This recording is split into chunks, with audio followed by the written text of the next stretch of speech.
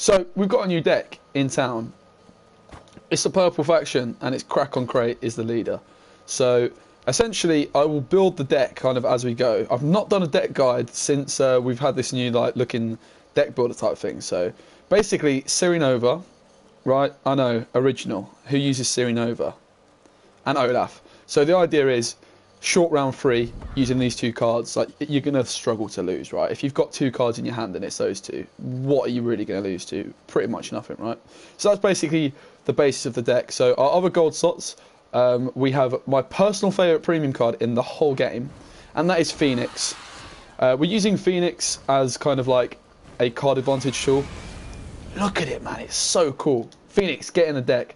And then we've also got him, and I'll talk about the inclusion of him a little bit later, as they lead on to our 2 most important silver cards. So we've got Erdrick, he's going to go in. Now, apart from Erdrick, we only have 1 card that is above 8 strength. So essentially we are using OCVIST. Just got its premium, had to be done. Half price premium to that. Pretty cool. So using OCVIST, and that is going to be our main target from Crack on Crate. So it's going to go up to 10 strength, which means when we resurrect it with Phoenix, it's 15 strength, which is not like, you know, it's not like an awful... It's going to be better than most of your cards in your hand, right? Even if you're just getting nothing. So if OCVIST goes off, you get card advantage from it, but then you can resurrect it with Phoenix for 15 points. However, if it doesn't go off, you might be able to force like an early pass if they can't destroy it or something like that. You can then actually use Phoenix to play it again, and the timer will tick again. So a lot of the deck revolves around this idea of using this combo of OCVIST and Phoenix. However, we have got something slightly controversial. We are using Morkvarg in this list. Now, Morkvarg is the only card that is going to block our Crack on Crate on OCVIST. However, I feel like actually his inclusion makes the deck super powerful, and I'll talk more about that kind of as we go on. Essentially, we want to try and play Morkvarg through either him, which can play a bronze or silver curse unit from your deck, or through Skellige. So yeah, that's our 4 silvers, and they're kind of the most important. Now, these last 2, you can be pretty flexible. I'm just going for Gremist, and I'm going for Restore. Not really too much else to say about that. Previously, I had been using Mandrake. Like, if I wasn't going down the Morkvarg route, I would be using probably Mandrake and maybe something like Spider Ale. Summoning Circle still got big potential in this particular list, because actually copying OCVIST with Summoning Circle will always... It gives you like the base copy, so it will always start the timer. So that is something to consider. Currently not leaning towards it though. So it's Sirinova, and we need bears. So here's where it kind of gets a little bit tricky. And also, you can't have anything over 8 strength because you want that Crack on Crate. So we've got quite a lot of spells. Now, our first spell, I'm just looking for it, is Blood Curdling Roar. I know, right? Now, Blood Curdling Roar is going to be played through our Herbalist. So we have 2 of each of those. Previously in this deck, I was using Doppler's Herbalist. However, Doppler is no longer an organic card, so that is no longer something we can do. But actually, this works really, really quite nicely. Then we've also got 2 Bone Talismans, and they're going to be played through our Haymay Protectors. Now, these cards are so good in this list. It's almost like they're built for it, honestly. Because, obviously, you can play a bronze item from your deck with that. So you get a 2 body, plus Resurrect a Bronze Beast, so our bears, so 11 strength. So that's a 13-point play, which is pretty decent. However, Regeneration, heal an ally and strengthen it by 3 is unbelievably good in this deck, and because OCVIST is going to be getting damaged. It's 10 strength it comes in at. The amount of people that will try and thunder it down to 1 strength and then try and do more, but you can heal it all the way and strengthen it. And the fact you strengthen it actually means that when you resurrect your OCVIST with Phoenix later down the line, you're still getting some decent tempo off it, especially if it's not gone off right. A lot of cards are going to find it hard to destroy that. Some exceptions, like Viper Witches, but a lot of decks, like your OCVIST is going to go off. So really, really, really strong, and that is kind of the premise of the deck. Now, our last spell card, we are using 2 Reconnaissances just for that thinning, and, you know, I mean, I feel like these cards shouldn't really be in the game, personally. They're pretty overpowered, I think. It's just free thinning it, and like for Sirinova decks, it just makes them that much easier. So, we've also got 2 Freyas, 2 Tershek Bearmasters. We're using, like I say, we've got those 2 Herbalists we talked about earlier, and 2 Haymay Protectors. And then we also are using, finally, 2 Demon Light Longships. So this is the deck. Basically, let's just get into seeing how it goes. It's a lot of fun. I am a big fan. I've been working on the deck for like a while off stream. in preparation for the lack of summoning circle, copying spies. But we've actually got it to a point where I think it's really good. But most importantly, it's fun and original. I think playing against it is probably quite fun as well. To the dungeon with him. Up against Radovid. Now, obviously, instantly, we're thinking OCVIST, Radovid could be an issue, right? In terms of blacklisting, normally, generally speaking, you don't want OCVIST in your starting hand. But we've got no way of getting Morkvarg out, so it's not the end of the world. My main concern here is the fact that I've got 3 cards that I definitely do not want, which is Bloodcurling Roar, Bone Talisman, and another Bloodcurling Roar. So I am going to probably just ditch these, honestly. This can be one of those rare situations where actually I'm just going to crack and crate into Morkvarg, and I don't mind too much. Yeah, we'll see what happens. I've not played against a Radovid since I've been using Morkvarg in this list as well. Let's just go and get him out straight away.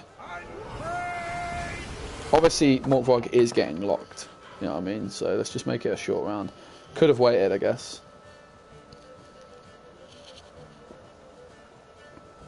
Could have waited. I'm not afraid. So yeah, normally crack and crate is gonna you're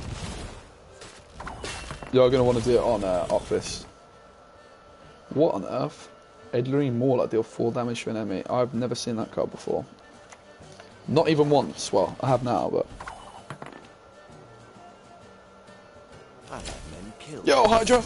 I know, right? So, Radovid's gone. Nice touch. Time for OCVIST! He's not going to see it coming. And he passes, right? So, this is what I'm talking about. He thinks checkmate, but actually, this is perfect. We've won the first round without really doing anything, right? Okay, cool, he's got my carryover. He's used his Radovid. I've used my OCVIST, but OCVIST is coming back in a couple rounds, like next round pretty much, so... I'm just going to go ahead and I would like to just strengthen this up, but I actually need something that's slightly higher tempo, unfortunately, so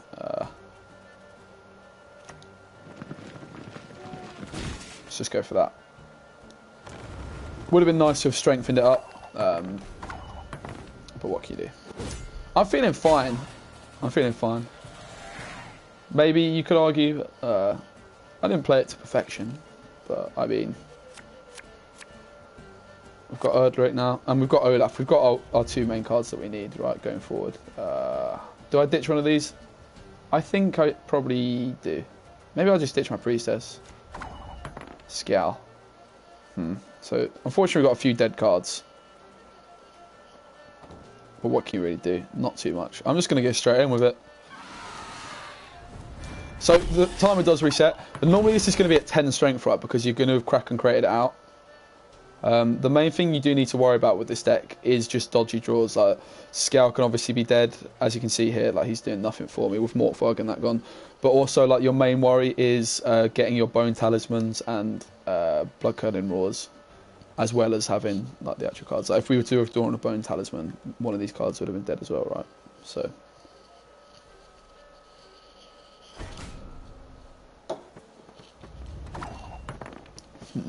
That's interesting.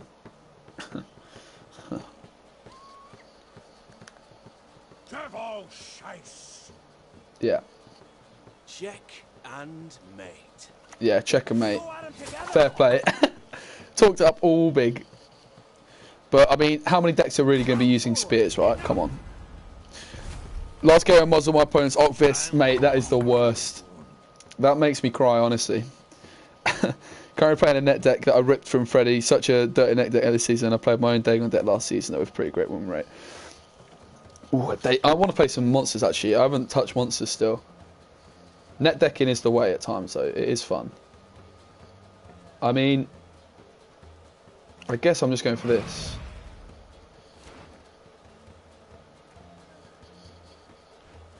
Alzor's Thunder it. Stennis.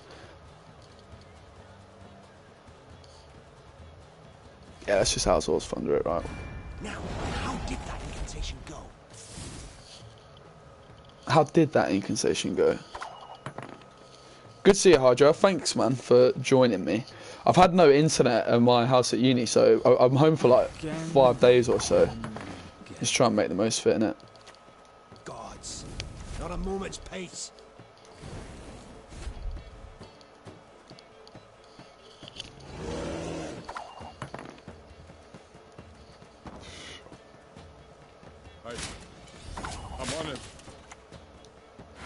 won't be pleased. I mean, this hand kind of sucks, right? Enough of this! Enough, I said! Oh, we're going all the way, boy.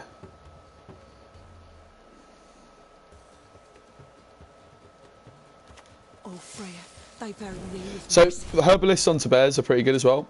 Like minimum you're getting is 11 points, like in one of those situations. You know what I mean? So obviously we've got lots of one strengths like priestess of Freya's and that kind of thing. You shan't get free! Right. So what I'm going to do, I'm just going to strengthen this up to 14. So that's a 16-point bronze card, 20-point gold, 22-point gold, last round. What?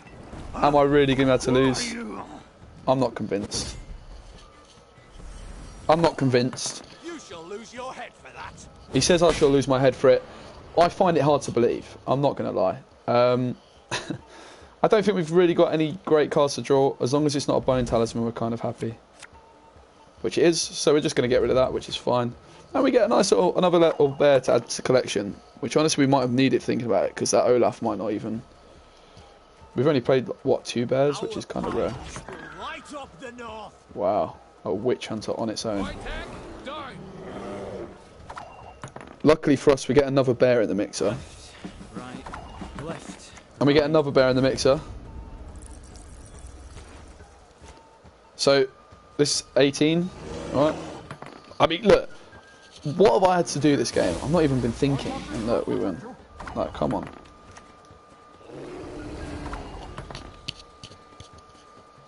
Halt! Don't retreat! Damn it! We'll just let him know. Ho ho, I sense food. I underestimated you. How about that? How about that? Welcome to the stream, everyone. That's the deck, right? It's quite fun. I think it's good. I mean, maybe it wasn't the best evidence, but you can see if you can win round 1. We got the pass from playing OCVIST, right? Even though OCVIST didn't go off, we forced the pass out of him, which meant we were in control of the rest of the game, which means we can just go into that round 3, Ciri Nova, Olaf. How are you going to beat that? Restore. You know what I mean? It's going to be difficult for any deck to beat you.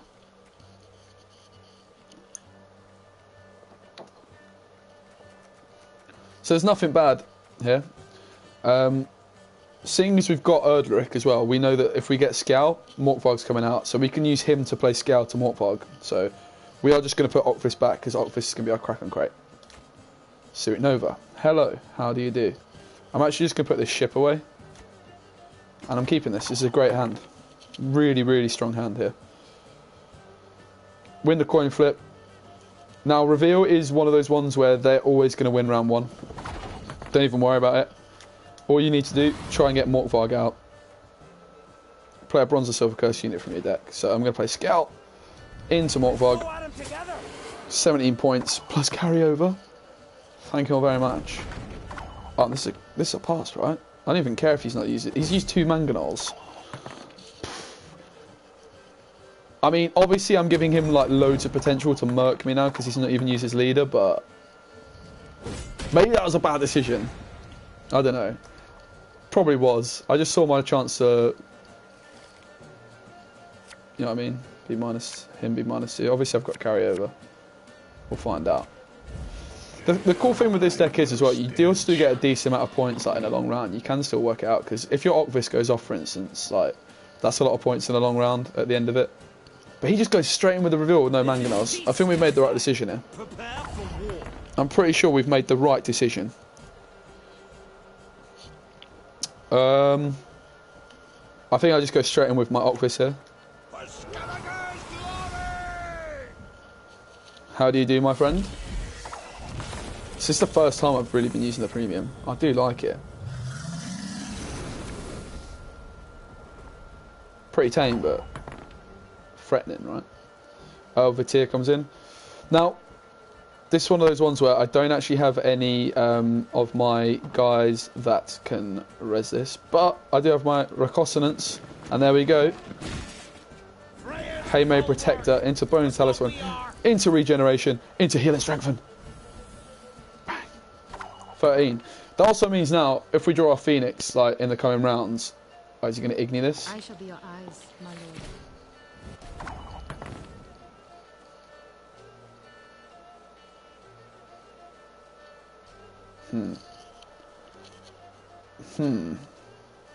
I mean, the thing is, I could obviously, like, literally use Blood Curdle and Raw on that to stop the Igni. If he's got it. I think we've just got to hope he doesn't, really, innit? Sure, you can pet him, long as you don't mind losing an arm. Call his bluff. Ah. He didn't. He didn't have it. I told you.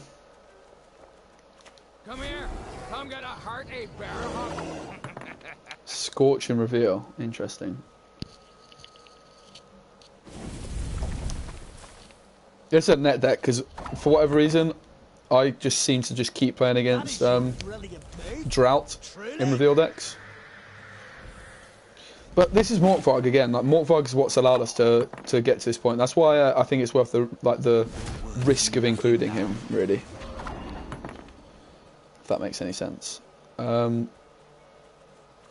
We serve her who is virgin, mother and crone.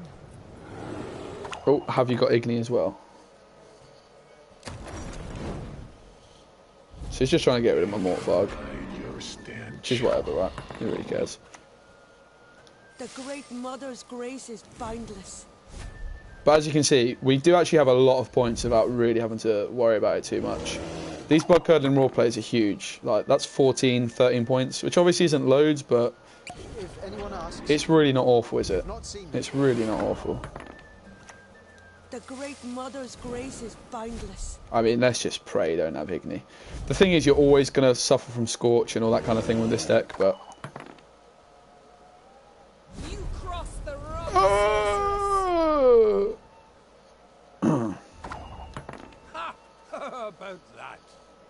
Predicted my own downfall there, didn't I? Bloody hell. Such a melt. Should have seen that one coming, I think. Get him, Wojtek! Thank God Vatir was, like, similar levels.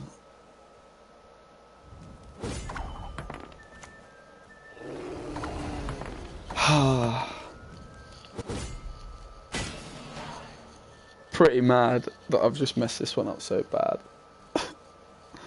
Maybe I should have seen that one come in and drop my Olaf. Sorry, Edric, I don't want you. Phoenix. Cool, we win. Cool, cool, cool. I mean, we march on. It was a good game. Imagine getting a Scorch that big and still losing. Oh my goodness. He had, literally in that one round, he had a 26-point Scorch and then like a 33-point Scorch, and he still lost the game. Like, come on.